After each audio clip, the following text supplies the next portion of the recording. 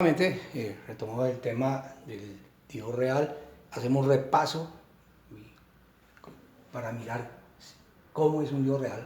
Un diodo real es la unión de un material tipo P con un material tipo N. Un material tipo P es porque tiene portadores mayoritarios huecos, donde este símbolo me va a representar los huecos. En el lado P hay mayoría de huecos, en el lado A hay poquitos huecos. Este símbolo me va a representar electrones libres, donde en el material tipo N hay gran cantidad y en el lado P poca cantidad. El signo menos con un círculo significa ion negativo. ¿Cuándo aparece un ion negativo? Cuando un hueco tape un electrón, este ion se destapa y aparece una carga negativa. Y este símbolo de el más indica ion positivo, que es si este electrón se desplaza, destapa el ion positivo. Cuando unimos las dos, inmediatamente va a suceder el siguiente fenómeno, una corriente de difusión. Aquí hay gran cantidad de huecos, aquí hay pocos, entonces inmediatamente los huecos se empiezan a difundir donde hay más hacia donde hay menos. Y lo mismo sucede con los electrones. Aquí hay más y aquí hay menos, entonces hará esto.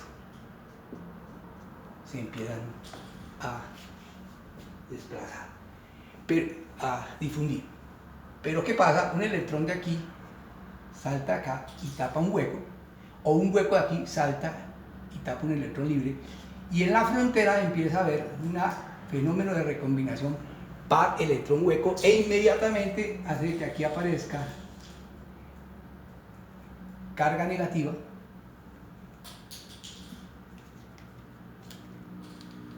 se destape carga negativa, y aquí se destape carga positiva, o sea, se empieza a aparecer un campo eléctrico donde aquí hay un negativo y aquí hay un positivo. Este negativo empieza a rechazar los electrones y este positivo empieza a rechazar los huecos, o sea, se opone a la corriente de difusión. Pero cuando aparece inmediatamente un campo eléctrico, los portadores mayoritarios dicen, bueno, entonces me empiezo a mover. Estos electrones encuentran un potencial positivo aquí, entonces estos electrones se empiezan a mover aquí por desplazamiento, por campo eléctrico, y estos huecos que están acá se empiezan a mover hacia acá por desplazamiento. El resultado neto es que llegará un momento en que las dos corrientes se anulan, es decir, empieza a haber un momento de equilibrio y la corriente es neta, cero. Entonces, por lo tanto, ya sabremos cómo es el comportamiento. Entonces, ahora vamos a hacer el análisis con campo externo, qué va a suceder. Entonces, les recuerdo cómo lo vamos a mirar a través de una gráfica volteamperímetro, donde vamos a graficar voltaje contra corriente, recordando que lo ideal sería esto, un corto o un circuito abierto. Entonces vamos a hablar de dos tipos de polarización. Polarización directa, en este cuadrante, que es, coloco el diodo, a este lado le coloco el más y a este menos, o sea, coloco el más aquí y el menos acá. El más es para que estos electrones en gran cantidad se vengan hacia acá, y este menos, esta cantidad de huecos se vengan hacia acá, que es lo que nos interesa, la corriente mayoritaria. Pero ¿qué va a suceder? Aquí en la mitad hay un potencial que lo voy a llamar B gamma, que se opone a esa corriente. Por lo tanto, este voltaje externo, cuando lo voy subiendo, lo primero que tiene que hacer es vencer ese potencial que está acá, porque si no, la corriente no fluye, porque este le gana al externo. Cuando el externo le gana, la corriente empieza a crecer. Y eso se llama polarización directa. Que se llama polarización inversa, es en este cuadrante. Hago lo contrario. Coloco el menos y el más aquí, o sea, coloco el más aquí y el menos acá. Al hacer eso, este positivo rechaza ahora sí los huecos y este negativo rechaza todos los electrones, pero esta corriente de portadores minoritarios sí se da y entonces aparece una pequeña corriente debido a la cantidad de portadores minoritarios que van a circular. Entonces tenemos en rojo el diodo ideal y la curva azul es el diodo real. Y con el que vamos a trabajar. Entonces, ahora necesitamos una ecuación que nos dé el comportamiento de ese diodo real y nos la da la física de semiconductores, que nos dice que la corriente en un diodo va a depender de una corriente que se llama la corriente de saturación, que es una constante de fabricación, y la variación va a ser exponencial, que va a depender del voltaje que aparece sobre el diodo, sobre Vt, que es algo que se llama el voltaje térmico, menos 1, y esto se llama la ecuación del diodo. Y con esa ecuación es la que vamos a trabajar ahora. Ya si este nos sirvió de explicación, ahora para adelante no lo vamos a volver a usar, sino vamos a usar y trabajar con la curva y con la ecuación. Les recuerdo que eso significa cada uno. ID es la corriente del diodo, la corriente que circula por el diodo,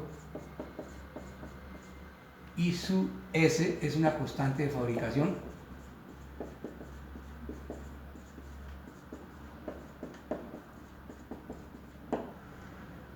P sub D es el voltaje sobre el diodo.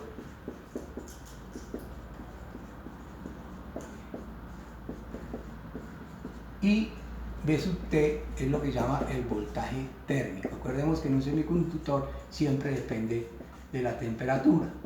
Este voltaje térmico uno lo puede calcular como K, que es la constante de Boltzmann, por T, que es la temperatura en grados Kelvin, sobre Q, que es la carga del electrón. O sea que esta ecuación variará de acuerdo a la temperatura. Entonces nos vamos a fijar en trabajar siempre en una sola temperatura, que es 27 grados centígrados, que se llama la temperatura ambiente, y si resolvemos esta ecuación nos da que el voltaje térmico es 25 milivoltios.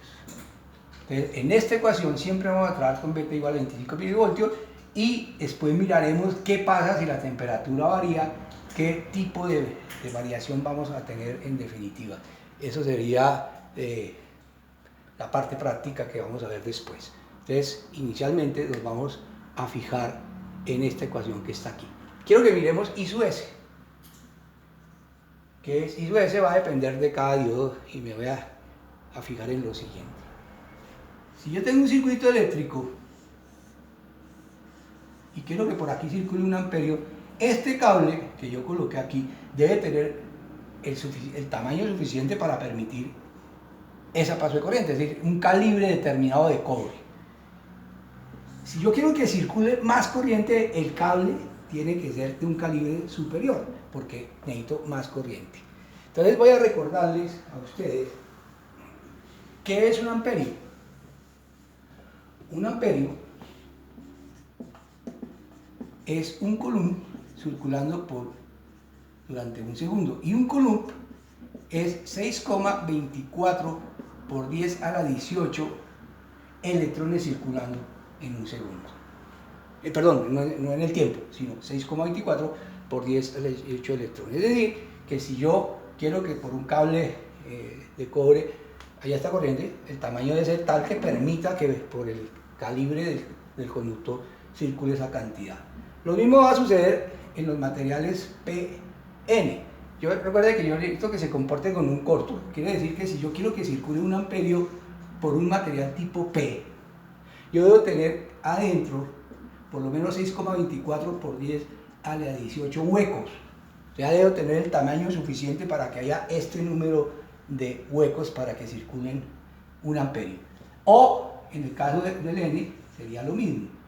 Necesito 6,24, estos serían huecos y aquí serían electrones.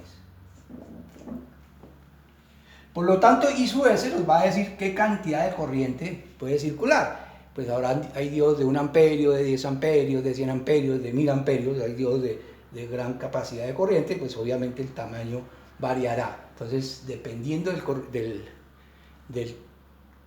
corriente que vamos a trabajar, así será el tamaño del diodo.